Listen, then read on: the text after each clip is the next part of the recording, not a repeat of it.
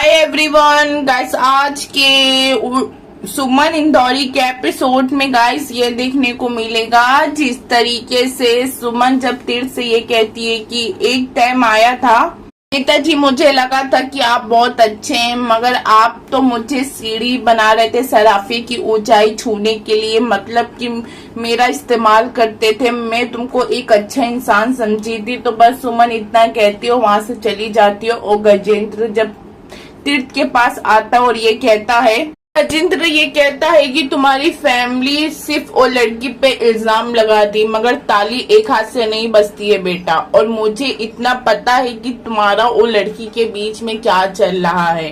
तुम सिर्फ इलेक्शन की टिकट लेने के लिए मेरी कृतिका से कर रहे हो शादी।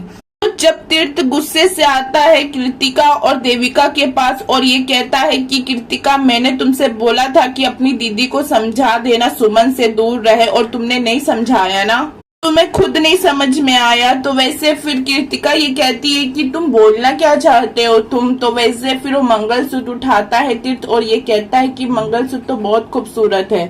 ये कहता है कि कहीं ऐसा ना हो कि ये मंगलसूत्र तुम्हारे गले तक पहुंचे ही ना। तो वहां से इतना मौन करके चला जाता है। दोनों बहन खड़े रहते हैं और छुप के गजेंद्र ये बात सुनता है।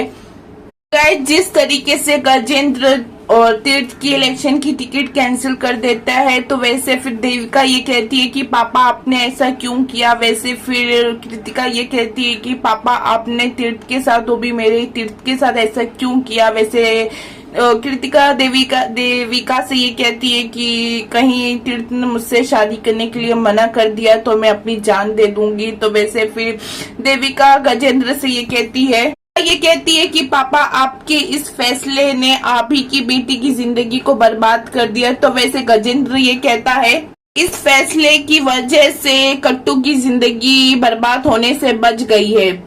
से ये कहता है गजेंद्र कि जो तुम्हारा ये देवर है ना, वो इलेक्शन की टिकट के लिए कृतिका से कर रहा था शादी। वहाँ तीर्थ आ जाता है और कहता है कि हाँ ठीक है, ये सच बात है कि हाँ मैं इलेक्शन की टिकट के लिए कृतिका से कर रहा था शादी।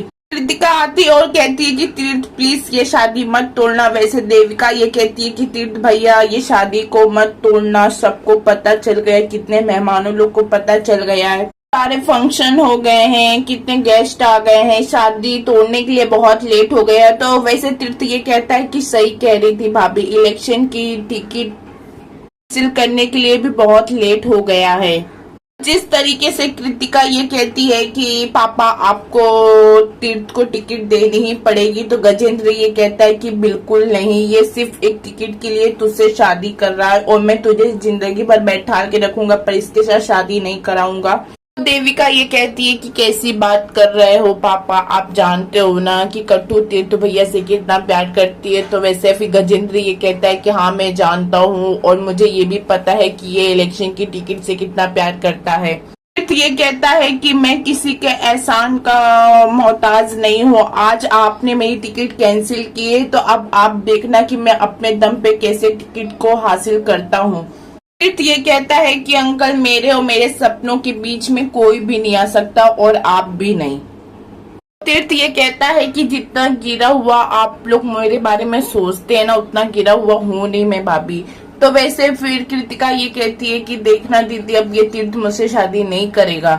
दूसरी तरफ ये कहता है कि कृतिका से मैंने सगाई की है तो उसको मंडप पे छोड़ के मैं जाऊंगा नहीं। तो तीर्थ ये कहता है कि आप मुझे टिकट दें या ना दें मिस्टर गजेंद्र गुप्ता, मैं कृतिका से शादी करके ही रहूंगा, आपकी बेटी से मैं शादी करके रहूंगा। तो कृतिका से ये कहता है कि जाओ तुम तैयार हो, दुल्हन बनो मस्त में की, और मैं मंडप पे तुम्हारा इंतजार करूंगा। तो वैसे कृतिका और देविका बहुत ज्यादा खुश हो जाते हैं और गजेंद्र को तीर्थ पे भरोसा नहीं रहता है। और दूसरी तरफ सुमन को कहीं ना कहीं ऐसा लगता है कि ऋषि के साथ कुछ होने वाला है। ऋषि जब आता है नेताजी से मिलने के लिए, अब देखते हैं कि गाइस आगे ऐसा क्या होता है। सुमन ऋषि को आने नहीं देती, फिर भी ऋषि सुमन का हाथ छुड़ा के वहां से जाता है, मगर सुमन का दिल घबराता है। अब देखते हैं कि आगे कहानी में क्या नया ट्विस्ट देखने को मिलेगा। क्या गाइस ऋषि की यहीं तक की